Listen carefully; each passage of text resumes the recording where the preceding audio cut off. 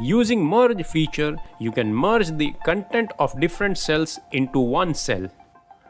If you want to merge the data of cell number A2 and B2, then move to the cell in which you want the result, press equal to, then move on A2, insert and symbol, then move to cell number B2 and then press enter. The text will be merged. If you want to leave a space between the merged content, then press equal to, move to cell number A2, enter and sign, put a space in inverted comma, again press and, then move to B2 and then press enter. The text will be merged with a space.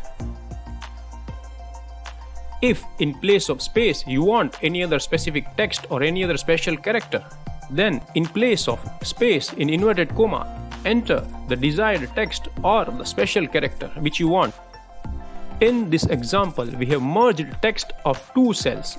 Following the same approach, you can merge the text of multiple cells.